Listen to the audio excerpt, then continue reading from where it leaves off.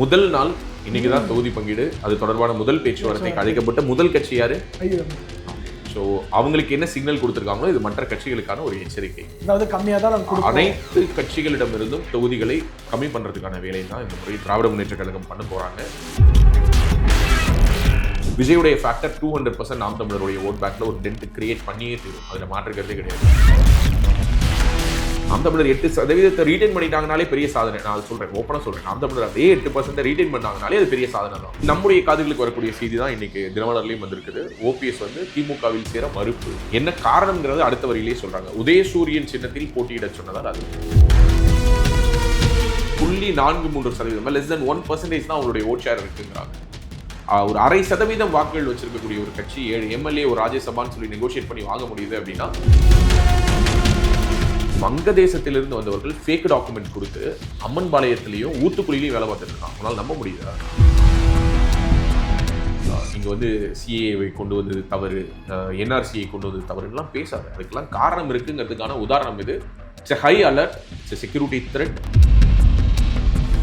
பேச தமிழா பேசு நேயர்களுக்கு வணக்கம். இன்னைக்கு மீண்டும் ஒரு முறை எனக்கு கூட தான் பேச போகிறோம். வணக்கம். வணக்கம் மீரன். நான் இன்றைக்கி தான் வந்து திமுக கூட்டணி கட்சிகளுக்கு இடையில் அந்த தொகுதி பங்கீடுக்கான பேச்சுவார்த்தை ஆரம்பிச்சிருக்கு. ஆரம்பித்த நாளைக்கே பார்த்தீங்கன்னா ஐயுஎம்எல் கட்சியினுடைய மூத்த தலைவர் திரு காதர் மொய்தீன் அவர்கள் பேச்சுவார்த்தை நடத்திட்டு வெளில வராரு, செய்தியாளரை சந்திக்கிறாரு. போகிற வழியில் மயக்கம் போட்டு விழுந்துட்டாரு. இல்லை போகலாம், அதான் ஸ்டெப் அவுட் ஆகும்போது ஆமாம், அண்ணாரிவாளையத்திலே செய்தியாளர்கள்கிட்ட பேசி முடிக்கும் போதே அவருக்கு மயக்கம் வந்துருச்சு. கார்லேயே அவரை கைத்தாங்களாக தூக்கிட்டு போய் தான் ஏற்றிருக்காங்க. முதல்ல அவர் பூரண குணமடைந்து வரணும்னு சொல்லி அந்த எல்லாம் வல்ல இறைவனிடம் நம்முடைய பிரார்த்தனை வச்சுக்கலாம். அவர் அந்த செய்தியாளர் சந்திப்பில் உள்ளார என்ன நடந்தது அப்படிங்கிறத சொன்னார். அதை நீ பார்த்துருப்பேன்னு நினைக்கிறேன். கடந்த முறை 3 தொகுதிகளில் போட்டிக்கிட்டாங்க. ஸோ இந்த முறை வந்து 5 தொகுதிகள் அப்படிங்கிற ஒரு கோரிக்கையோடு இவங்க போய் பேச போகிறாங்க. அப்போ உள்ளார வந்து திமுகவினர் சொன்னது என்னன்னா, இவர் 3 ரூபாய் போன முறை, இந்த முறை 5 ரூபாய் அப்படின்னோடனே அவங்க 2 ரூபாய் அப்படின்னு இருக்காங்க. இல்லை 2னா இவருக்கு புரியல. என்னடா 3னா இப்போ ஒரு தொகுதி கொடுத்தாங்கன்னா அடுத்த தடவை 2 கொடுப்பாங்க, 2 கொடுத்தாங்கன்னா 2 திரும்ப கொடுப்பாங்க, குறைக்க மாட்டாங்களே, என்னடா இது அப்படின்னா, இல்லை அப்பதான் சொல்லியிருக்காங்க, நீங்கள் வந்து தியாகம் பண்ணணும் அப்படின்னு இருக்காங்க. என்ன பண்ணணும்? தியாகம். ஆமாம், ஏன்னா நாங்களே தியாகம் பண்ண போகிறோம், தியாகம் தான் உன்னை உயர்த்தும் அப்படிங்கிற மாதிரி நாங்களும் தியாகம் பண்ணுறோம். யாரு? திமுக. நாங்களே போன தடவை போட்டிட்ட மாதிரி இந்த முறை நாங்கள் போட்டி பெற போகிறது இல்லை. நிறைய கூட்டணி கட்சிகள் வெளியில் வெயிட் பண்ணிட்டு இருக்காங்க. ஸோ தேமுதிக இப்போ தான் வந்தாங்க, தேமுதிகவுக்கு இப்போ தான் கொடுத்து முடித்தோம். அடுத்தது இன்னும் வருவதற்கு பலர் தயாராக இருக்கிறார்கள். அவர்களை எல்லாம் அகாமடேட் பண்ணோம்னா வேற வழியே கிடையாது. நாங்கள் மட்டும் இல்லை, நீங்களும் விட்டு கொடுக்கணும் அப்படின்னு இருக்கிறாங்க. ஸோ ஏற்கனவே இவர் வந்து 3 5 கேட்கலாமான்னு போயிருக்காரு. 5 இல்லைனாலும் ஒரு 4 அப்படின்னு இருக்காரு. அவங்க அப்படின்னோடனே அப்படின்னோடனே என்ன சொல்றதுன்னு தெரியல. மேபி அந்த ஒரு அயற்சியில் கூட அவர் வந்திருக்கலாம். வயோதிகம் காரணமாகவும் அந்த மயக்கம் வந்திருக்கலாம். இல்லை உள்ள நடந்த இந்த தொகுதி பேச்சுவார்த்தையினுடைய அழுத்தம் கூட அவருக்கு இந்த மயக்கத்துக்கு காரணமாக இருக்கலாம். பாஜகவினுடைய மூத்த தலைவர் திரு ஹெச் ராஜா அவர்கள் இதே போல மயக்கமடைந்து இந்தியாவுடைய கான்க்ளேவில் இருந்து அவரை கொண்டுட்டு போய் ஹாஸ்பிட்டலில் சேர்த்த பொழுது பலரும் பலவிதமாக பேசினார்கள். அப்படியான ஒரு அநாகரிகமான ஒரு செயலை நாம் முன்னெடுக்க விரும்பவில்லை. திரு காதர் மொய்தீன் அவர்கள் வந்து நல்ல உடல் நலத்தோடு பூரண நலம் பெற்று குணம் பெற்று அவர் வர வேண்டும் என்று மீண்டும் ஒரு முறை நாம் பிரார்த்திக்கலாம். ஆனால் முதல் நாள் இன்னைக்கு தான் தொகுதி பங்கீடு. அது தொடர்பான முதல் பேச்சுவார்த்தைக்கு அழைக்கப்பட்ட முதல் கட்சி யாரு? ஓகே. ஸோ அவங்களுக்கு என்ன சிக்னல் கொடுத்துருக்காங்களோ இது மற்ற கட்சிகளுக்கான ஒரு எச்சரிக்கை. அதாவது கம்மியாக தான் அனைத்து கட்சிகளிடமிருந்தும் தொகுதிகளை கம்மி பண்றதுக்கான வேலையை தான் இந்த முறை திராவிட முன்னேற்ற கழகம் பண்ண போறாங்க. இந்த முறை யாருக்குமே தொகுதி கூட கிடையாது. நான் பல தடவை உங்ககிட்ட சொன்னேன், காங்கிரஸுக்கு கூட கொடுக்க மாட்டாங்க, நீ வெயிட் பண்ணி பாருன்னு. அது ஐயுஎம்எல்லேருந்தே தொடங்கிடுச்சு. யாருக்கும் ஒரு தொகுதி கூட கொடுப்பதற்கு அவங்க தயாராக இல்லை. புதிதாக வந்தவர்கள் அகாமடேட் பண்ணணும். ஏன்னா மக்கள் நீதி மையம் கடந்த முறை அவங்களோட இல்லை, இந்த முறை வந்திருக்கிறாங்க. தேமுதிக வந்திருக்கிறாங்க. இது போல இன்னும் சிறு சிறு கட்சிகள்லாம் வந்திருக்காங்க. இல்லை இப்போதான் ஒரு மீம் பார்த்தேன், தேமுதிகவுக்கு 10 சீட்டு கொடுத்துட்டு விசிகாவுக்கு ஒரு 6 சீட்டு கொடுத்தா எப்படி இருக்கும்? எப்படியும் இருக்காது. அதுக்காக இதுக்காக ஃபீல் பண்ண போறாங்களா? நீ பாத்தியா இல்லையா நம்மளுடைய பாரதிய ஜனதா கட்சியினுடைய இளம் பேச்சாளர் வடிவேல் அப்படின்னு சொல்லிட்டு ஒருத்தர் இப்போ செய்தி சேனல்கள் எல்லாம் பட்டையை கிளப்பிட்டு இருக்காரு. அவர் பேசின ஒரு ஸ்பீச் பயங்கர வைரலா போயிட்டு இருக்கு. அதாவது 32 வருஷமா கட்சி நடத்துறாங்க விடுதலை சிறுத்தைகள் கட்சி. 32 வருஷத்துக்கு முன்னாடி 5 ரூபா வித்த தக்காளி சாதமே இன்னைக்கு 50 ரூபா விற்குது. ஆனா விடுதலை சிறுத்தைகளுக்கு அன்னைக்கு 2 சீட்டு தான், இன்னைக்கு 2 சீட்டு தான். அவர் பேசினது பிச்சுக்கிட்டு போகுது. ஏன்னா அதை பரப்புபவர்கள் விடுதலை சிறுத்தைகள் கட்சியின் மேல் வன்மம் கொண்டவர்கள் விடுதலை சிறுத்தைகள் கட்சி சொல்லுது. வன்மம் இல்லை, உங்களுடைய வளர்ச்சி இப்படியே முடங்கி போயிருக்கே அப்படிங்கிற ஒரு ஆதங்கமாக கூட இருக்கலாம். அவர்கள் உங்களோட நட்பு முரண் கொண்டவர்களாகவும் இருக்கலாம், பகை முரண் கொண்டவர்களாக இருக்கணுங்கிற அவசியம் கிடையாது. எது எப்படியோ திமுக ஒரு சிக்னலை கொடுத்துருக்கு. காதர் மொய்தீன் அவர்களும் ஒரு சிக்னல் கொடுத்திருக்கதா நான் பார்க்கிறேன். உள்ளார நடக்கிற பேச்சுவார்த்தையில் இன்னும் எத்தனை தலைவர்கள் மயக்கம் போட்டு விழப் போகிறார்கள் என்று தெரியவில்லை. நம்ம பொறுத்திருந்து பார்க்கலாம். இது போன்ற ஒரு பேச்சுவார்த்தையை தான் திமுக இந்த முறை முன்னெடுக்கும் என்பது நமக்கு உறுதியாக தெரிகிறது. அது தேசிய முற்போக்கு திராவிடர் கழகம் உள்ள வந்ததுக்கு பிறகு அது இன்னும் உறுதியா ரொம்ப கம்மி. போன தடவை 6 அதுல ஒருத்தருக்கு மதிமுகலாம் அதுவும் உதயசூரியன் தான் நிக்கணும்ட்டாங்க. இந்த முறையும் என்ன சொல்லியிருக்காங்கன்னா 2 சீட்டு அதுல ஒண்ணு நீங்க உதயசூரியன்ல நிக்கணும்னு சொல்லியிருக்காங்க. அவங்களுக்கு ஏணி சின்னத்துல அவங்க நிப்பாங்க ஜெனரலி இந்திய யூனியன் முஸ்லீம் லீக். இந்த முறை வந்து ஒரு சின்னத்துல ஒண்ணுல நீங்க ஏணில நின்னுங்க, இன்னொன்னுல நீங்க வந்து உதயசூரியன்ல நின்று அதுலயும் ஒரு தியாகம் பண்ணுங்க அப்படின்னு சொல்லியிருக்காங்க. ஸோ தியாகத்துக்கு பேர் போன நம்மளுடைய இந்திய யூனியன் முஸ்லீம் லீக் என்ன பண்றாங்கிறத நம்ம பொறுத்திருந்து பார்க்கலாம். இந்த நேரத்தில் இன்னொரு விஷயத்தையும் சொல்லணும். தேசிய முற்போக்கு திராவிடர் கழகம் வந்து இப்போ கூட்டணி யார் கூட வந்திருக்காங்கன்னு தெரியும் இல்லையா, திமுகவோடு. ஸோ அதில் இறுதி கட்டத்தில் பல குழப்பங்கள். இந்த அதிமுக பக்கம் வர போறாங்களா, திமுக பக்கம் போக போறாங்களா அப்படின்னு கடைசி நிமிடம் வரை 2 கட்சியிடமே பேச்சுவார்த்தை நடத்தி கொண்டு தான் இருந்தார்கள். அவர்களுடைய டிமாண்ட்ஸ் ரொம்ப பெருசா இருந்தது. இறுதியாக அவர்கள் அக்ரியான சீட் நம்பர்ஸ் 7 எம்எல்ஏ சீட்டு, ஒரு ராஜ்யசபா பிளஸ் இந்த 7 எம்எல்ஏ தொகுதிகளுக்கும் செலவு பண்ணுவதற்கு ஒரு தொகுதிக்கு 25 கோடி ரூபாய் அவங்களுடைய டிமாண்ட். 25 கோடி ரூபாய் செலவு பண்ணுவாங்களான்னு கேட்கக்கூடாது. பட் சுமார் 175 கோடி ரூபாய் அப்படிங்கிற ஒரு குத்துமதிப்பான ஒரு தொகையை அவங்க கோட் பண்றாங்க. இந்த கட்சி அவ்வளவுக்கு வர்த்து இல்லைன்னு சொல்லி அதிமுக கூட்டணி வந்து அந்த டாக்ஸை என்கேஜ் பண்றதை நிறுத்துறாங்க. அதன் அடுத்த கட்டமாக இமீடியட்டா அந்த டீலை வந்து யார் க்ளோஸ் பண்றா? திமுக. ஆமா, ஹையஸ்ட் பிட்டர் யாரோ அவங்களுக்கு தான் இந்த L1 L2ல எப்படி ஏலம் எடுப்பாங்களோ அது போன்று தேசிய முற்போக்கு திராவிடர் கழகத்தை திராவிட முன்னேற்ற கழகம் ஏலம் எடுத்திருக்கிறது. ஸோ அதில் கூட பார்த்தேன் அப்படின்னா ஒரு எல்லோரும் ஒரு சிம்பாலிக் ரெப்ரசன்டேஷன்லாம் போட்டிருந்தாங்க. சுதீஷ் அவர்கள், பிரேமலதா அவர்கள், ஸ்டாலின் அவர்கள், வேலு அவர்கள், KN நேரு அவர்கள், சேகர் பாபு அவர்கள்னு சொல்லிட்டு ஒரு தெலுங்கு மொழி பேசுபவர்களுடைய சங்கமம் அப்படின்னா இந்த புகைப்படத்தில் இருக்கக்கூடிய நபர்களில் மிக முக்கியமாக இந்த டீலை க்ளோஸ் பண்ணதுல ஒரு குரூஷியலான ரோல் பிளே பண்ணவர் யாரு அப்படின்னா வேலு தான். ஸோ அவர் வந்து சிங்கிள் ஹேண்டடாக இந்த டீலை க்ளோஸ் பண்ணி அவருடைய தனிப்பட்ட விட்டமின் பாவை எல்லாம் இறக்கி இந்த கூட்டணிக்கு அவர் கொண்டுட்டு வந்திருக்காரு. ஸோ கிட்டத்தட்ட ஒரு 175 crores ப்ராஜெக்ட். அதுக்கான எக்ஸ்பெக்டட் ரிசல்ட் வருமா இல்லையா அப்படிங்கிறத நம்ம பொறுத்திருந்து தான் பார்க்கணும். இதே மாதிரி பார்த்தீங்கன்னா நேற்றுக்கு வந்து நாம் தமிழர் கட்சியினுடைய மாற்றத்தை விரும்பும் மக்களின் மாநாடு அப்படின்னு நினைக்கிறேன் திருச்சியில் நடந்திருக்கு. ஒரு பிரம்மாண்டமான ஒரு கூட்டம் தான், அதை நம்ம அக்செப்ட் பண்ணி தான் ஆகணும். அதில் 234 தொகுதிக்கான வேட்பாளர்களையும் அறிவிச்சிட்டாரு. சீமான் அவர்கள் காரைக்குடியில் போட்டியிட போகிறார் அப்படிங்கிறதையும் அறிவிச்சிட்டாரு. இந்த நிலையில் நம்ம ரொம்ப நாள் சொல்லிட்டு இருந்தது தான் நம்ம வீடியோஸில் தாவைக்கா வந்ததுக்கு பிறகாக நாம் தமிழர் அந்த 8% ரீட்டைன் பண்ணுறதே பெருசு. ரீட்டைன் பண்ணிட்டாலே அவங்களுக்கு பெரிய சாதனை தான். இப்போ வந்து அந்த மாநாடு ஏதாவது ஒரு திருப்புமுனை ஏற்படுத்துமா இல்லை அதே 8%? இது வரைக்கும் அவங்க பண்ண மாநாட்டில் இது வந்து ஒரு கிராண்ட் ஸ்கேல், ஒரு லார்ஜ் ஸ்கேலில் பண்ணியிருக்காங்க. முதல்ல மாநாட்டுக்கு நம்மளுடைய வாழ்த்துக்கள். அண்ட் நிறைய பேருக்கு தெரிஞ்சிருக்கும், நம்மளுடைய பேசு தமிழா பேசில் முன்பு பணியாற்றிய பேசு தமிழா பேசுவினுடைய முகங்களில் ஒருவராக அறியப்பட்ட வலையொலி மகிழன் அவர் வந்து ஒரு வேட்பாளராக இந்த 234 பேர்ல அறிவிக்கப்பட்டிருக்கார். தெரியுமா? இல்ல, தெரியாதா? உண்மையாவே தெரியாதா? ஷோலிங்கர் தொகுதியில வந்து மகிழன் என்ற அசோக் குமார் அவருடைய உண்மையான பேர்ல அவர் போட்டியிடுறாரு. ஸோ தம்பிக்கு வாழ்த்துக்கள். அதே போல இடும்பவனம் கார்த்திக் வந்து வேதாரண்யம் தொகுதியில் போட்டியிடுறாரு. அவருக்கும் நம்முடைய வாழ்த்துக்கள். அதே போல நம்முடைய தமிழ் முழக்கம் ராகுல் அமீது மாமாவுடைய மகள் ஃபாத்திமா ஃபர்கானா வந்து நாகப்பட்டினம் தொகுதியில் போட்டியிடுறாங்க. அவங்களுக்கும் என்னுடைய நெஞ்சார்ந்த வாழ்த்துக்கள். நிறைய தம்பிகள், நிறைய தங்கைகள், நிறைய பேர் அங்கே போட்டியிடுறாங்க.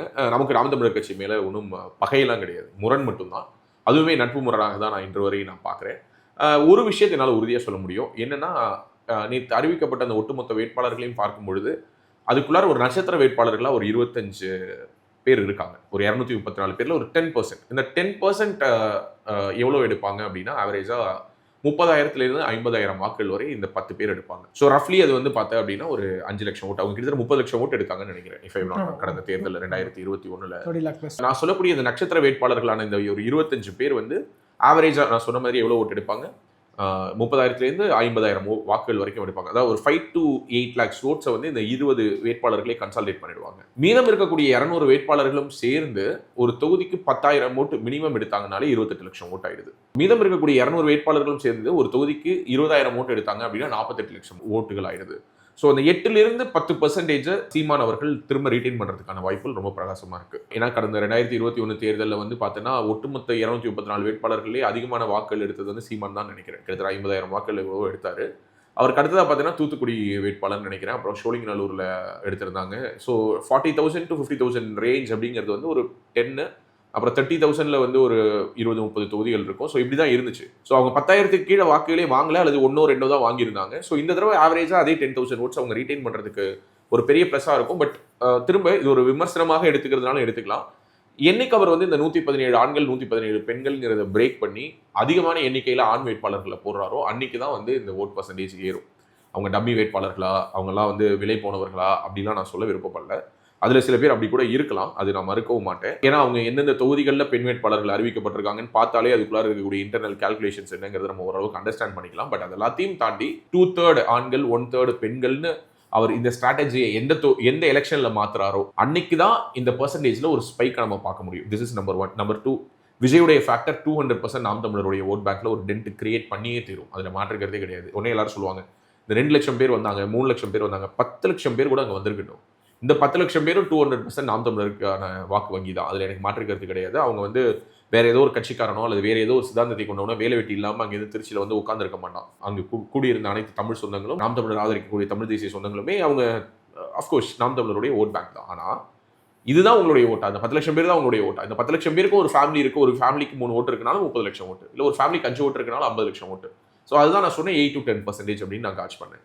ஆனால் நாம் தமிழருடைய வாக்கு க்ரோ ஆகாம அல்லது ஒரு 1% 2% ஹைக் வந்தும் கூட விஜய் 18% 17% வரதுக்கான வாய்ப்பு இருக்கு. ஸோ நான் சொல்லுவது உங்களுக்கு புரியுதா? நாம் தமிழரும் க்ரோ ஆகி விஜய் இவங்களை விட கூட வாங்கினார்னா, ஸோ விஜயை விட நீங்க கூட வாங்குறீங்களா கம்மியா வாங்குறீங்களாங்கிறதான டிஸ்கஷன். ஸோ முதல் தேர்தலையே ஒருவேளை ஒரு சீட் கவுண்டையும் ஓப்பன் பண்ணி விஜய் வாக்குகளும் கூட வாங்கி நாம் தமிழரை விட அதிகமா ஸ்கோர் பண்ணிட்டாரு அப்படின்னா தென் த கொஸ்டின் எங்க ரைஸ் ஆகும் அப்படின்னா நாம் தமிழருடைய இருப்பு பற்றிய கேள்வி வரும். நாம் தமிழர் 8% ரீடைன் பண்ணிட்டாங்கனாலே பெரிய சாதனை. நான் அதை சொல்றேன், ஓப்பனா சொல்றேன். நாம் தமிழர் அதே 8% ரீடைன் பண்ணாங்கனாலே அது பெரிய சாதனை தான். ஏன்னா ஒரு பக்கம் திமுக, ஒரு பக்கம் அதிமுக, இன்னொரு பக்கம் தாவேகா என்ற இந்த மும்முனை போட்டிக்கு நடுவுல நாம் தமிழர் 8% ரீடைன் பண்ணாலே பெரிய சாதனை. அவங்க 8க்கு மேல 9, 10 வந்தாங்கன்னா இன்னும் மிகப்பெரிய சாதனை. ஆனா இவங்களே 10 எடுத்தாங்கன்னா தாவேகா எவ்வளவு இருக்கும்? தாவேகா மினிமம் 15% மேல கிராஸ் பண்ணுவாங்க. ஒரு 17% 18% வரைக்கும் கூட வரலாம். 20% எல்லாம் தாண்டாங்க அப்படின்னா தமிழ்நாட்டினுடைய தேர்தல் முடிவுகளை குறைந்தது 100 to 150 தொகுதியில் தீர்மானிக்கக்கூடிய இடத்துல தாவேகா தான் இருக்கும். ஸோ அப்போ எலெக்ஷனுக்கு பிறகான அரித்மெட்டிக் என்ன சொல்லும்? தாவேகாவால் திமுக தோல்வியடைந்த தொகுதிகள் இதெல்லாம், தாவேகாவால் அனைத்து இந்திய அண்ணா திராவிட முன்னேற்ற கழக பாஜக கூட்டணி தோல்வியடைந்த இடங்கள் இதெல்லாம். எப்படி அம்மா மக்கள் முன்னேற்ற கழகத்துக்கு வந்து 2021 கிட்டத்தட்ட 50 தொகுதிகளுக்கு மேல அனைத்து அண்ணா திராவிட முன்னேற்ற கழகத்தினுடைய வெற்றி தோல்வியை தீர்மானிச்சாங்க அமமுகன்னு சொல்ற மாதிரி 21 அவருக்கு அந்த ஸ்டேக் ஹோல்டிங் இருந்தது. இன்னைக்கு இருக்காங்கிறது it's a big question. But still அதே மாதிரியான ஒரு ரோலை இந்த எலெக்ஷன்ல குரூஷியலா விஜய் அண்ட் சீமான் பிளே பண்றாங்க. இவங்க 2 பேரோட ஓட் பர்சன்டேஜும் சேர்ந்தா ஒருவேளை அது வந்து 30% வரைக்கும் கூட வரலாம். ஸோ அப்போ இவர் ஒரு 10, அவர் ஒரு 20, இவர் ஒரு 8, அவர் ஒரு 20, 21, அல்லது அவர் ஒரு 18, இவர் ஒரு 12, இப்படி கூட வரதுக்கான வாய்ப்புகள் இருக்கு. இவங்க 2 பேரும் சேர்ந்து மினிமம் 20 to 25% ஓட்ஸ், மேக்ஸிமமான 30% ஓட்ஸ் வரைக்கும் கலெக்டிவா நாம் தமிழரும் தமிழக வெற்றி கழகம் சேர்ந்து பிரிக்கலாம்.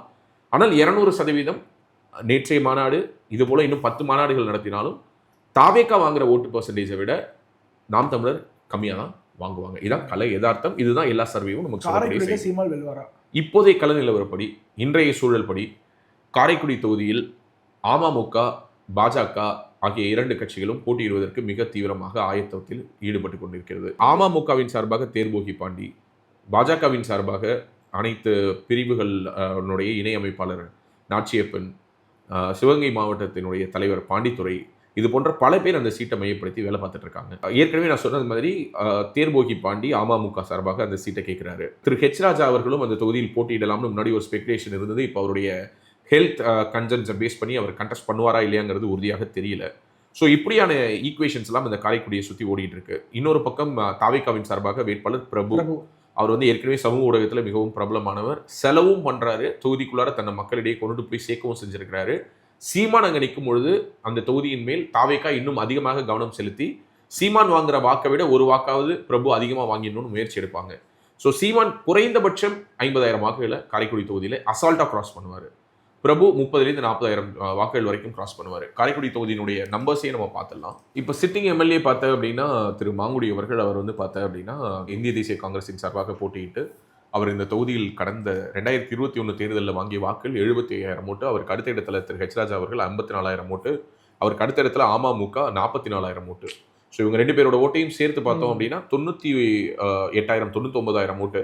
பொதுவாக எல்லாரும் என்ன சொல்லுவாங்கன்னா 1+1 is not 2 அப்படிங்குவாங்க. அப்படி உங்க லாஜிக் படி ஒரு 20,000 ஓட்டை கழிச்சா கூட அந்த தொகுதியில் ஈஸியா பாஜக அமமுக கூட்டணி வெற்றி பெறுவதற்கான வாய்ப்புகள் இருக்கு. ஆனா இந்த இடத்துல என்ன கன்சிடரேஷன் ஃபேக்டர்னா, இதே தொகுதியில் கடந்த முறை நாம் தமிழரின் சார்பாக போட்டியிட்ட துரை மாணிக்கம் வந்து 23,872 ஓட்டு வாங்கியிருக்காரு.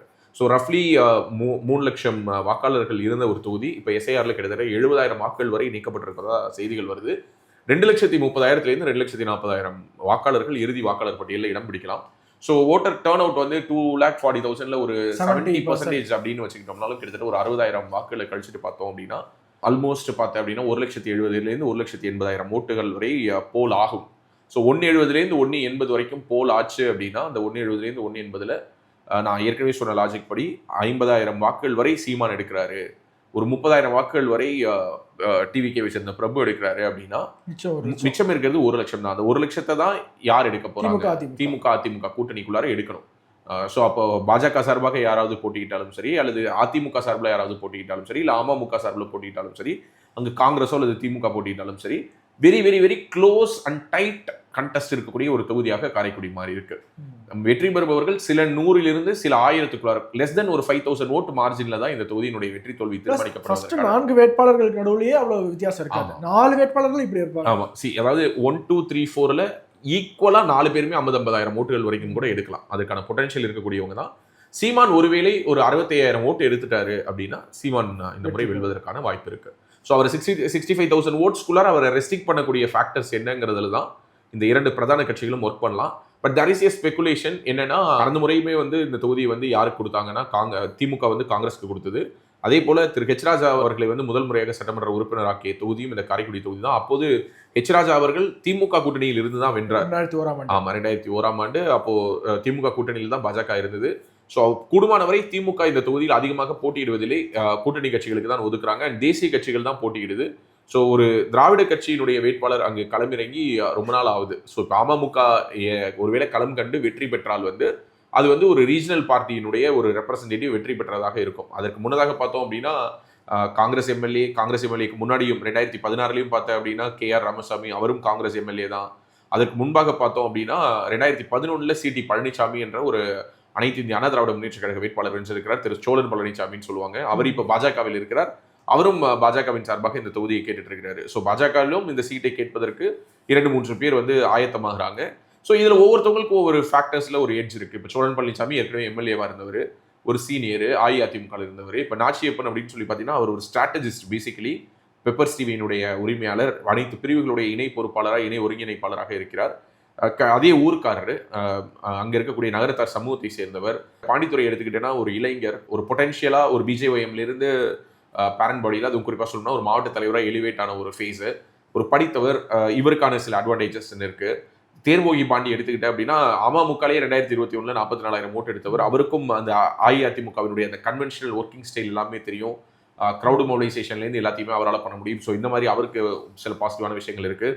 சீமானுக்கு அறிமுகமே தேவையில்லை. சீமான் அவர்கள் அந்த தொகுதியில் வந்ததுனாலேயே அந்த தொகுதிக்கு ஒரு பெரிய ஸ்டார் அட்ராக்ஷன் கிடைச்சிருக்குது.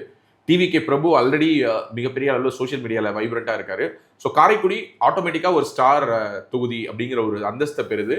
சீமான் அவர்களுடைய வருகையின் காரணமாக அஇஅதிமுக பாஜக கூட்டணிக்கு ஒரு சின்ன ஒரு சேலஞ்ச் தான். அவருக்கு மட்டும் இல்லை, எல்லா வேட்பாளர்களுக்குமே அவர் ஒரு சவாலாக தான் இருப்பார். ஏன்னா அவர் வந்து கடந்த முறை திருவொற்றியூர் தொகுதியில் போட்டியிட்ட பொழுதும் பார்த்தேன் அப்படின்னா அவர் ஒரு பெரிய ஸ்டாரை எதிர்த்துலாம் அவர் நிற்கல. ஒரு சாதாரணமான ஒரு நபர்கள் வெளியில் பெரிதாக தெரியாத பெயர்களை எதிர்த்து தான் அவர் நின்னார். இருந்தும் கூட அங்கே அவரால் பெரிதாக வெற்றி பெற முடியல. ஆனால் இந்த 5 வருஷத்துல அவருடைய அந்த ரீச் அண்ட் மைலேஜுங்கிறது விரிவடைஞ்சிருக்கிறத நம்ம பார்க்குறோம். நாம் தமிழருக்கான ஒரு க்ரௌட் மொபிலைசேஷன் ஸ்ட்ரென்த்தும் அவங்களோட கிரவுண்ட் ஒர்க்கும் கொஞ்சம் கூடியிருக்கிறத பார்க்குறோம்.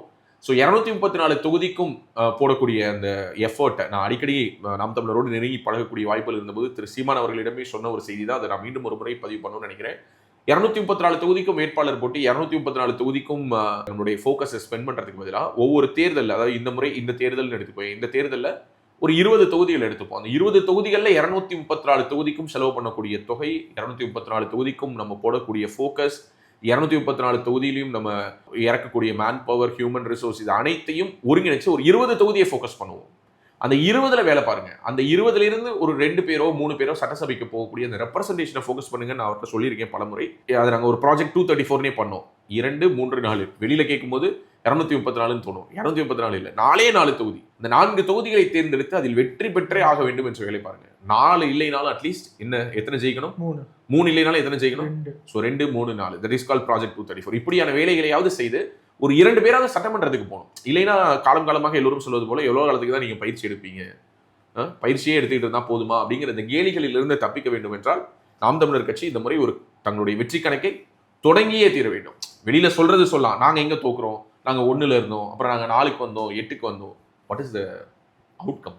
அவுட்கம் என்ன அப்படிங்கிற ஒரு கேள்வியும் உங்களை நோக்கி வரக்கூடிய அந்த கேலியும் சரியாக வேண்டும் என்றால் அதற்கு நீங்கள் செய்ய வேண்டியது என்னன்னா, இந்த முறை ஏதாவது ஒரு தொகுதியில், அது சீமான் அவர்களா அல்லது தமிழ்நாட்டினுடைய ஏதோ ஒரு மூலையிலிருந்து ஏதோ ஒரு சட்டமன்ற உறுப்பினரா, யாராக வேண்டுமானாலும் இருக்கலாம், ஆனால் ஒரு சட்டமன்ற உறுப்பினர் வர வேண்டும். ஸோ அதனால தான் இந்த முறை காரைக்குடி அவர் தேர்ந்தெடுத்திருப்பதாகவும், திராவிட முன்னேற்ற கழகம் உண்மையாகவே முன் வந்து நாங்கள் வேணா அங்கே காங்கிரஸுக்கு கொடுத்துட்றோம், ஒரு டம்மி வேட்பாளர் போடுறோம், காங்கிரஸ் சார்பாக ஒருத்தர் நிறுத்தினாலே காங்கிரஸினாலே டம்மி தான், அதில் காங்கிரஸ் சார்பாக நிற்கிற ஒருத்தர் வேற நாங்கள் போட்டுக்கிறோம், நாங்கள் பார்த்துக்கிறோம், ஒன்றும் பிரச்சனை கிடையாது, நீங்கள் அங்கே நில்லுங்கன்னு சொல்லி திமுகவும் ஒரு அனுசரணையை சீமான் அவர்களுக்கு கொடுத்திருப்பதாகவும் செய்திகள் வருது.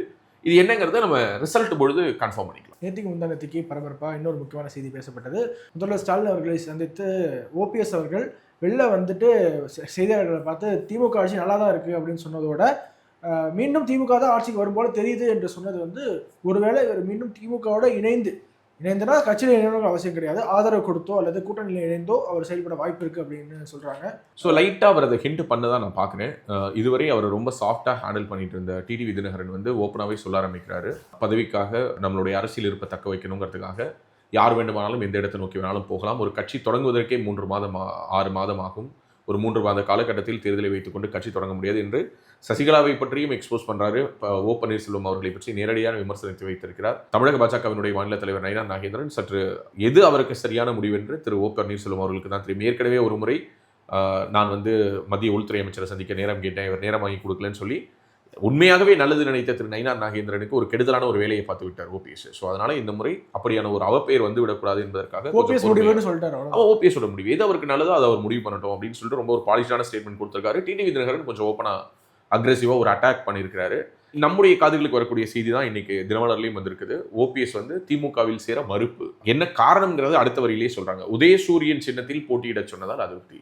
ஸோ கட்சியில சேர்றதுல அவருக்கு பிரச்சனை இல்லை, ஏற்கனவே பலாப்பழத்தில் நின்றுட்டீங்க வந்து உதயசூரியன்லேயே நில்லுங்களே அப்படிங்கிறாங்க, இல்லை அப்படின்னு சொல்லியிருக்கதா தகவல். பட் கடைசி நிமிடம் வரை, அதாவது இந்த நிமிடம் வரை அவர் வந்து என்டிஏவுடனும் தொடர்ச்சியான ஒரு பேச்சுவார்த்தையை முன்னெடுத்துட்டு தான் இருக்காரு. அவருக்கு மட்டுமல்ல, அவருடன் சென்றவர்கள் அனைத்து இந்திய அண்ணா திராவிட முன்னேற்ற கழகத்துக்குள்ளார இடம் கிடைக்காத காரணத்தினாலும் மீண்டும் அவர்களை இண்டக்ட் பண்ணிக்கிறதுல திரு எடப்பாடி பழனிசாமி அவர்களுக்கு ஒரு அசௌகரியம் இருக்குதுங்கிறத அவர் நேரடியாகவும் மறைமுகமாகவும் அவர்களுக்கு உணர்த்தியதன் விளைவாகத்தான் இன்னைக்கு திமுகவை நோக்கி தாவேகாவை நோக்கி அவங்க போறாங்க. மனோஜ் பாண்டியனா இருக்கட்டும், வைத்திலிங்கமா இருக்கட்டும், ஜேசிடி பிரபாகரா இருக்கட்டும். ஸோ இந்த மாதிரி அனைவரும் ஒவ்வொரு திசையை நோக்கி கலைந்து போனதுக்கான காரணம் என்னன்னா, எடப்பாடி ரொம்ப ஸ்ட்ரிக்டா என்ன சொல்லிட்டாருன்னா, திரு டிடிவி தினகரன் ஒரு தனி கட்சி தொடங்கிட்டார், கட்சிக்கும் அவருக்கும் முரண் இருந்தது, கருத்து வேறுபாடுகள் இருந்து தனி கட்சி தொடங்கி அவர் அவருடைய வேலையை பார்த்துட்டு இருக்காரு.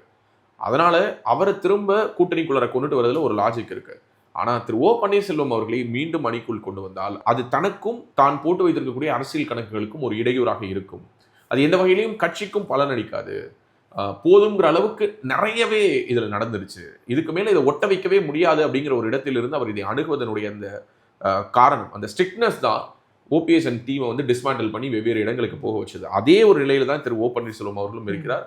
ஓ பன்னீர்செல்வம் அவர்களுக்கு அனைத்து அண்ணா திராவிட முன்னேற்ற கழகத்தோடு இணைய வேண்டும், எந்த விதமான கண்டிஷனும் இல்லைங்கிறார்.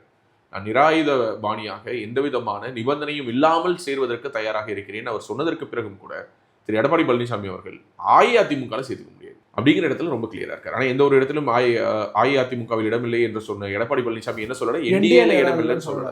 ஸோ அப்போ பிஜேபி அவர் அகாமடேட் பண்ணணும், பிஜேபியில் அகாமடேட் பண்ணணும்னா பிஜேபி கட்சியில் அவர் சேரணும். பாஜகவில் சேருவதா திமுகவில் சேருவதா, 2 கேள்வியில் ஒன்று. அல்லது தனி இயக்கம் தனி கட்சி நடத்துவதா, தனி கட்சி நடத்துவதன் மூலமாக எவ்வளவு தொண்டர்களை தன் பக்கம் திருப்ப முடியும், இதெல்லாம் அவர் முன்னாடி இருக்கக்கூடிய சவால்கள், கேள்விகள். திடீர்னு பண்ருட்டி ராமச்சந்திரன் அவர்கள் தனி கட்சி மாதிரி ஆரம்பிச்சு தேர்தலில் போட்டியிட மாட்டேன் என்றால் ஓபிஎஸ் வந்து இவ்வளோ இப்படி செய்திருக்கூடாது அப்படி செய்திருக்கூடாதுலாம் ப்ரெஸ் மீட் கொடுக்கறது. திரு பண்ருட்டி ராமச்சந்திரன் அவர்கள் ஒரு மூத்த அரசியல்வாதி, அதில் மாற்றுக்கிறது கிடையாது. அவருடைய அரசியலில் நம்மலாம் விமர்சனம் பண்ணுற அளவுக்கு நமக்கு வயதே கிடையாது, அவருடைய அரசியல் அனுபவமே நம்மளுடைய வயது கிடையாது. ஆனால் அது எல்லாத்தையும் தாண்டி சில பேர்லாம் வந்து சில இடங்களுக்கு போனால் அந்த இடம் வந்து அப்படியே அது முடிஞ்சிடும். ஓகே, அது வந்து ஒரு ராசி, ஒரு சென்டிமெண்ட். வைகோ மாதிரியா? வைகோவுக்கு இவர் சீனியர், ஓகே, இவர் சீனியர் வைகோ, அவர் ஜூனியர் ராமச்சந்திரன், அப்படி வேணா சொல்லலாம். ஸோ அப்படித்தான் நம்ம புரிஞ்சுக்க வேண்டியதாக இருக்கு. இருந்தாலும் சபை நாகரிகம் கருதி அதுக்கு மேலே நான் அதை பற்றி கிரிட்டிசைஸ் பண்ண விரும்பல. ஓபிஎஸ் அவர்கள் முதல்வரை சந்தித்து வெளில இப்படி ப்ரெஸ் மீட் கொடுத்தாலே அது வந்து திமுகவுக்கு ஒரு பாசிட்டிவான ஒரு பெர்செப்ஷனையும் ஓபிஎஸ் உடைய இமேஜை டேமேஜ் பண்ற மாதிரி தான் இருக்கு. அவர் தனதானே தன்னுடைய இமேஜை ஒரு அதிமுக விசுவாசி எப்படி மீண்டும் திமுக ஆட்சிக்கு வர வேண்டும் இல்ல வரும் அப்படிங்கறத சொல்ல முடியும்.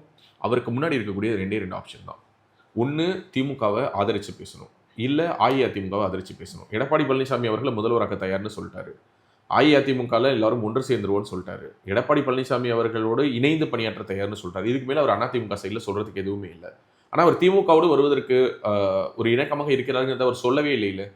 ஸோ அதனுடைய ஒரு விளைவாக இதை சொல்லி பார்க்குறாரு. ஸோ அப்போ அதை சொல்லும் பொழுது ஆட்டோமேட்டிக்காக இந்த பக்கம் கொஞ்சம் ப்ரெஷர் வரும். ஒரு 4 பேர் போயிட்டு திரு இபிஎஸ் கிட்ட என்ன ப்ரெஷர் கொடுப்பாங்க, சேர்த்துக்கோங்க திமுக பற்றி பாசிட்டிவாக பேசுறாங்க, பொதுக்குழு எடுத்த முடிவு 200% அவரை மீண்டும் கட்சியில் சேர்ப்பதற்கு எடப்பாடி பழனிசாமி ஒத்துக்கொள்ள மாட்டார். கட்சி இல்லாமல் இந்த கூட்டணிக்குள் அவர் வருவதற்கான முயற்சிகளை முன்னெடுத்தால் அதற்கு வேணா ஓரளவுக்கு ஒரு சம்மதம்ங்கிற ஒரு நிலை வரலாம். அவருடைய கடந்த கால வரலாற்றை எல்லாம் வச்சு பார்க்கும்பொழுது என்டிஏவுக்கு ஒரு ட்ரஸ்ட்வர்தியான ஒரு பார்ட்னராக அவர் இருந்திருக்காரு. என்டிஏவினுடைய ஏற்ற இறக்கங்கள், சிக்கல்கள், சவாலான காலகட்டங்களில் ஒரு நம்பகமான ஒரு தலைவராக என்டிஏவுடைய ஒரு பார்ட்னராக இருந்திருக்காரு. என்டிஏவுடைய வரலாற்றை எடுத்து பார்க்கும்பொழுது சிறு சிறு கட்சிகளுக்கும் ஒரு மரியாதையை கொடுத்து அந்த அலையன்ஸ் பார்ட்னர்ஸை ரீனைன் பண்ணியிருக்காங்க. ஸோ அப்படிப்பட்டவங்க தமிழ்நாட்டினுடைய ஒரு முன்னாள் முதல்வர், அந்த கட்சியினுடைய ஒரு முகமாக இருந்தவர், தமிழ்நாட்டினுடைய துணை முதல்வராக இருந்தவர், தமிழ்நாட்டினுடைய நிதியமைச்சராக பல பட்ஜெட்டுகளை தாக்கல் பண்ணவர், ஒரு மூத்த அரசியல்வாதி, அவருக்கு பின்னாடி ஒரு சமூக பின்புலம் இருக்குது, ஜெயலலிதா அவர்களுடைய விசுவாசியாக இருந்தவர். இப்படிப்பட்ட இமேஜஸ் எல்லாம் கொண்ட ஓ பன்னீர்செல்வத்தை லூஸ் பண்ணணும்னு பிஜேபி நினைக்காது. ஓகே, ஏன்னா இப்போ அவர் ஒருவேளை திமுகவில் இணைந்தால், அவர் திமுகவில் இணைந்ததற்கு பிறகு அவர் பாஜகவையும் எதிர்த்து அவர் பேசக்கூடிய ஒரு சூழல் என்பது உருவாகும். அஇஅதிமுக மட்டும் விமர்சிக்க மாட்டார். பாஜகவில் தான் என்னுடைய பொலிட்டிக்கல் கரியரே முடிஞ்சிருச்சுன்னு திரு ஓ பன்னீர்செல்வம் அவர்கள் பேசினாலும் ஆச்சரியப்படுவதற்கில்லை. ஸோ அப்படிப்பட்ட ஒரு சிக்கலான ஒரு கமெண்ட்ஸையோ ஒரு சிச்சுவேஷனையோ ஒரு அன்கம்ஃபர்டபுளான ஒரு இடத்தை நோக்கி யார் எடுத்து செல்ல மாட்டார்கள்? பாஜக எடுத்து செல்ல விரும்பாது. ஸோ அப்போ குடும்பமான வரைக்கும் என்டிஏக்குள்ளார கொண்டு வந்து அவர் எப்படியாவது அகாமடேட் பண்ணணும் அப்படிங்கிற ஒரு எண்ணத்தோடு தான் அவங்க அணுகுவாங்கிறது என்னுடைய அறிவை வைத்து நான் சொல்லக்கூடிய ஒரு செய்தி. ஓபிஎஸ் ஆதரவு MLA, I think Usilampatti MLA Ayyappan நினைக்கிறேன், அவர் சட்டமன்றத்தில் பேசுறது சிரிப்பலை தான். ஒட்டுமொத்த சட்டமன்றம் என்ன காரணம்னா, அவர் அதிமுகவில் சேருவதற்கு பல முயற்சிகள் எடுத்தார். எடப்பாடி பழனிசாமி அவர்களை சந்தித்து எப்படியாவது சேர்ந்துடணும், வித் த கண்டிஷன் உசிலம்பட்டி சீட்டு தனக்கு வேணும் அப்படிங்கிற ஒரு கண்டிஷனோடு அவர் பல முறை முயற்சிகள் மேற்கொண்டார். ஆனால் இந்த 4.5 ஆண்டுகளாக தொடர்ச்சியாக திரு எடப்பாடி பழனிசாமி அவர்களுக்கு எதிராகவே அவர் செயல்பட்டதுனால இந்த 4.5 வருஷத்துல அவருடைய இடத்துக்கான ரீப்ளேஸ்மெண்ட்டை அதிமுக ஃபைண்ட் அவுட் பண்ணிடுச்சு. திரும்ப அவர் வேணா கட்சியில் சேர்த்துக்கிறோம், ஆனால் உங்களுக்கு தான் சீட்டு கொடுப்போம்லாம் சொல்ல முடியாது. நீங்கள் 4.5 வருஷமா எங்களை திட்டிட்டு ஓபிஎஸ் கூட இருந்திருக்கீங்க, நீங்கள் லாஸ்ட் மினிட்ல சேருவீங்க, உங்களுக்கு உடனடியே நாங்கள் சீட்டு கொடுக்கணுமா? இந்த 4.5 வருஷத்துல உங்களுக்கான ஒரு ரீப்ளேஸ்மெண்ட்டை நாங்கள் ஃபைண்ட் அவுட் பண்ணிட்டோம். நிறைய பேர் வெயிட் பண்ணிட்டு இருப்பாங்களே. இப்போ வைத்திலிங்கம் போன உடனே, வைத்திலிங்கம் போனது ஒரு இழப்பு தான், ஆனால் வைத்திலிங்கம் எப்போ போவாரு, அந்த இடம் எப்போ காலியாகணும் ஒரு செட் வெயிட் பண்ணிருப்பாங்களா? அவங்களுக்கு இது ஜாலி தானே. உனக்கு புரியுதா? சீட்டு கிடைக்கும். ஆமா, இல்லைன்னா வைத்திலிங்கம் இருக்கிற வரைக்கும் வைத்திலிங்கத்துக்கு தான் சீட்டு, வேற யாருக்கும் கொடுக்க மாட்டாங்க. ஒருத்தநாடு தொகுதி வேற யாரும் கேட்க முடியாது, கேட்டா அவ்வளவுதான். அப்படின்னா வைத்திலிங்கம் எப்படா போவாருன்னா அண்ணன் எப்ப காலியாவார்? ஆமா, அந்த காலிங்கிறது மேல காலி ஆகணும்னு இல்லை, இப்படி சைட்லயும் காலி ஆகலாம். ஸோ அப்படி அந்த பக்கம் நகர்ந்தவொடனே இந்த பக்கம் துண்டை போட்டுறது. ஸோ அப்படியான ஒரு கூட்டம் இருக்கும்ல, அதே தான் உசிலம்பட்டி ஐயப்பனுக்குமான சிச்சுவேஷன். அவருக்கு ஒன்றும் அதிமுகவில் இணைவதோ அல்லது இபிஎஸ்ஐ தலைவராக ஏற்றுக்கொள்வதிலோ அவருக்கு எந்த சிக்கலும் இல்லை. ஓபிஎஸ் எக்கேடோ கெட்ட ஒழியிட்டுங்க, இப்படியாவது என்ன சேர்த்துக்கோங்கன்னு அவர் பல முறை பலர் மூலமாக அவர் தூதுகள் விட்டு விட்டார். ஆனால் எடப்பாடி பழனிசாமியிடமிருந்து கிரீன் சிக்னல் எதுக்கு வரலைன்னா அவருக்கு தான் சீட்டுங்கிறதுக்கு வரல. நீங்க 4.5 வருஷங்களை திட்டுவீங்களா, ஓபிஎஸ் கூட இருந்துட்டு எங்களுக்கு கட்சிக்கு எதிராக வேலை வைப்பீங்களா, ஆனா நீங்க திடீர்னு வந்தீங்களா நாங்கள் சேர்த்து போமாங்கிற ஒரு கேள்வியை முன் வச்சு அவருடைய இணைப்புக்கான ஒரு முட்டுக்கட்டை போட்டிருக்கிறார் திரு எடப்பாடி பழனிசாமி. அவர் மட்டுமல்ல, அதிமுகவுடைய அந்த ஒரு டிஎன்ஏ நம்ம எடுத்து பார்த்தோம்னாலே தெரியும், மாவட்ட செயலாளர்களுக்கு என்று ஒரு மினிமம் பவர்ஸ் இருக்கும். அவங்க பொதுச் செயலாளர்கிட்ட சொல்லலாம், என்ன நம்பி தான் என் மாவட்டத்தை கொடுக்குறீங்க, அந்த தொகுதிக்கு நான் தான் பொறுப்பாளருங்கிறீங்க, அப்ப நான் சொல்ற கேண்டிடேட்டை நீங்க போடுங்க, நான் ஜெயிச்சு கொடுக்குறேன் அப்படின்னு போயிட்டு பேசக்கூடிய ஒரு உரிமை அதிமுகவில் எப்போதும் உண்டு. ஸோ அப்போ அந்த தேனி மாவட்டம்ங்கிறதே இப்போ ஒட்டுமொத்தமாக பார்த்தீங்கன்னா ஓபிஎஸ் உடைய ஹோம் டவுனு, அவருக்கென்று பெரிய ஆதரவாளர் கூட்டம் இருந்தாலும் ஓபிஎஸ் உடைய அந்த ஆளுகை கீழே இருக்கிறத பிடிக்காத ஒரு கூட்டமும் அங்கே இருந்திருப்பாங்கல்ல. எப்படா ஓபிஎஸ் காலியாவாரு, ஓபிஎஸ் எப்போ கீழே விழுவாரு, நம்ம ஏறலாம், யாரோ ஒருத்தர் கீழே இறக்கி தானே ஓபிஎஸ் ஏறி இருப்பாரு. சரி, அரசியல்ங்கிறதே அப்படிதானே. நான் 1வது இடத்துல இருக்கேன், அப்ப நீ 1வது இடத்துல இருக்க அப்படின்னா இன்னைக்கு நீ இருக்க, அதுக்கு முன்னாடி யார் இருந்தா? யாரோ ஒருத்தங்க 1லேருந்து கீழே இறங்கினதுனால தான் நீ 1க்கு போயிருக்க. ஸோ அந்த 1ங்கிற பிளேஸ்க்கு நீ போறது வரைக்குமான அந்த போராட்டம் அப்படிங்கிற ஒரு பீரியடுக்கு நீ போகும்போது உன் கூடவே இருந்தவங்க நீ எப்போ இறங்குவேன்னு வெயிட் பண்ணுவாங்க. ஸோ இது எல்லா ஊர்களையும் ரிஃப்ளெக்ட் ஆகிறத நம்ம பார்க்குறோம். ஸோ இந்த சவால்களையெல்லாம் மீறி திரு ஓ பன்னீர்செல்வம் அவர்கள் எப்படியாவது என்டிஏக்குள்ளார தன்னை தக்க வச்சுக்கணும் அப்படிங்கிறது தான் என்னுடைய எதிர்பார்ப்பும் கூட. அவர் ஓபிஎஸ் திமுகவில் இணைவது பார்த்தீங்கன்னா 8 நாட்கள் அவ்வளவுதான் இருக்கா, இல்ல மோடி அவர்கள் வந்துட்டு போனதுக்கு அப்புறமாவும் வாய்ப்பு இருக்கா? கடந்த முறை நம்ம பேசும்போது நான் உங்ககிட்ட சொன்னேன் என்னன்னா, மார்ச் 1ஆம் தேதி மோடி அவர்கள் வரும்போது இந்த மேடையில் பல கட்சிகள் இருப்பாங்க அப்படின்னு. அதில் தேமுதிக மேல நம்பிக்கை வைத்து எல்லோரும் சொன்னது போல எனக்கும் ஒரு நம்பிக்கை இருந்தது. ஏன்னா அவங்க பேசிட்டு இருக்காங்கிறது தெரியும், ஆனால் பேரடியாக அவங்க திமுக கிட்டையும் பேசிட்டு இருக்காங்கிறது உலகத்துக்கே தெரிஞ்சிருந்தது. கரெக்டாக ரகசியமாலாம் அவங்க பேசலை. அவங்க வேணா விமர்சிச்சாங்க, என்ன எங்களை பற்றி எல்லா ஊடகங்களும் இப்படிலாம் பேசுறீங்கன்னு. அவங்க 2 சைடும் பேச்சுவார்த்தை நடத்துறாங்க, 2 சைடும் நெகோஷியேட் பண்ணாங்க, 2 சைடும் ஃபண்டு கேட்டாங்க, 2 சைடும் சீட்டு கேட்டாங்க, 2 சைடும் ராஜ்யசபா டிமாண்ட் பண்ணாங்க. இது எல்லோருக்கும் தெரியும், உலகத்துக்கே தெரியும். உலகத்துக்கே தெரியும். இவ்வளவு ஓப்பனா நெகோசியேஷன்ஸ் வேற எந்த கட்சியும் பண்ணியிருக்காது. இன்னும் சொல்ல போனா கோயம்பேடு அலுவலகம் வாசல்ல அவங்க வந்து என்ன போர்டு தான் வைக்கல. ஓகே, ஸோ அவங்க வந்து தினசரி அவங்களுடைய விலை, தங்கத்தினுடைய விலை ஏற்ற இறக்கம் போல இறங்குனுச்சு டிமாண்டுக்கு இருக்கிறத அவங்க அப்படியே ஒரு பெர்செப்ஷனா பில்டு பண்ணாங்க. அந்த வகையில் வந்து அவங்க ஒரு கேம் நல்லாவே பெட்டரா ஆடி இருக்காங்கன்னு நான் சொல்லுவேன். ஏன்னா 0.43% லெஸ் தென் 1% தான் அவங்களுடைய ஓட் ஷேர் இருக்குங்கிறாங்க.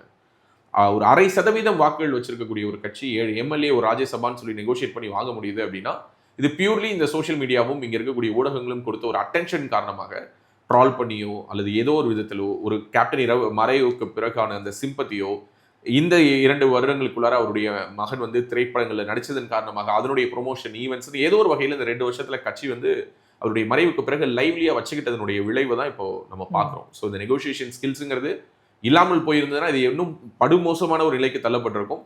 7 சீட்டு ஒரு ராஜ்யசபாங்கிறது என்னை பொறுத்த வரைக்கும் தேமுதிகவுக்கு அவங்களுடைய தகுதிக்கு மீறின ஒரு சீட்டு தான் அதை கொடுத்துருக்காங்க. ஸோ இது ஒரு நெகோசியேஷன் ஸ்கில் தான். இந்த மாதிரியான ஒரு ஸ்கில் இப்போதைக்கு திரு ஓபிஎஸ் அவர்களிடம் இல்லை, அவர் பலம் இழந்த ஒரு சூழலில் இருக்காருங்கிறதுனால திரு எடப்பாடி பழனிசாமி அவர்களால் ராயலா மறுக்க முடியுது, இல்லை அவருக்கு இடம் இல்லை அப்படின்னு சொல்லி.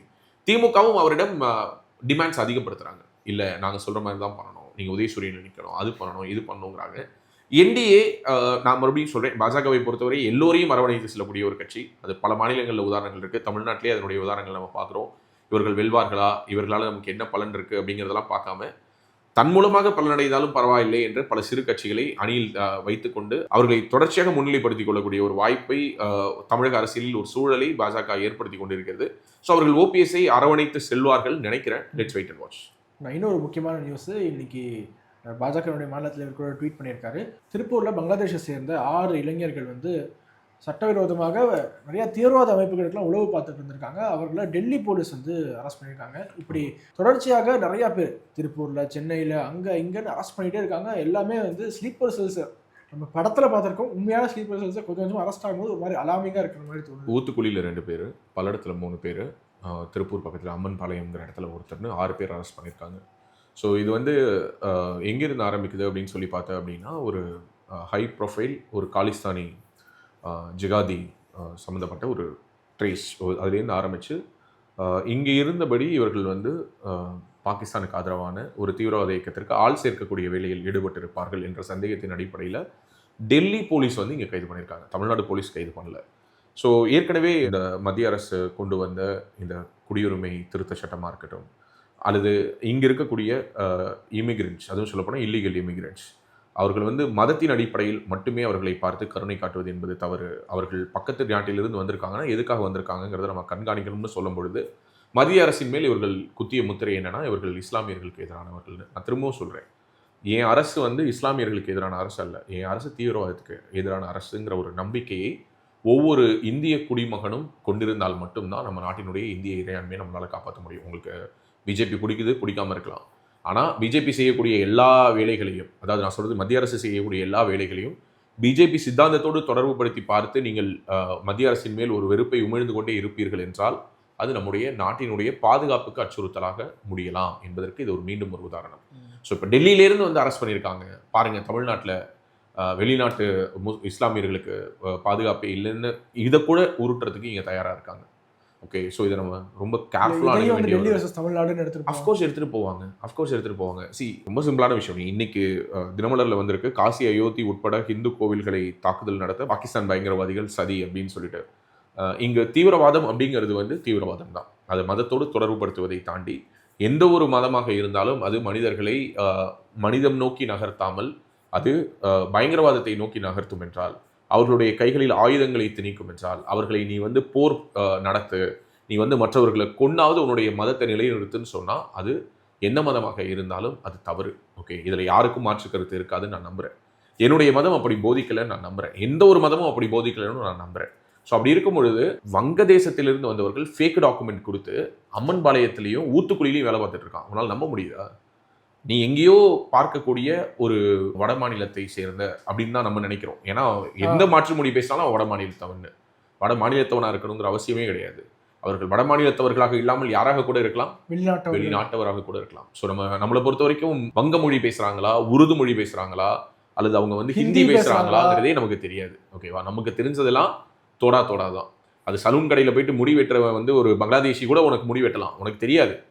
நீ அவனிடமும் நீ என்னதான் சொல்ல போற, தோடா தான். ஸோ அதனால இந்த ஒரு குறைந்தபட்ச ஒரு அறிவை வச்சுக்கிட்டு நம்ம வந்து ஜியோ பாலிடிக்ஸ் பேசுறதோ அல்லது மோடிக்கு பாடம் நடத்துறதோ ஜெய்சங்கருக்கு வந்து பாடம் நடத்துறதோ குறைச்சிக்கணும். அவ்வளோதான் சொல்லுவேன், வேற எதுவும் இல்லை. நம்ம ஏதோ டீ குடிச்சோமா, டீ கடையில் உட்காந்து அரசியல் பேசணுமா, இன்பன் உதயநிதி எப்படி கமலஹாசனையும் ரஜினிகாந்தையும் வச்சு படம் எடுக்கிறாரு.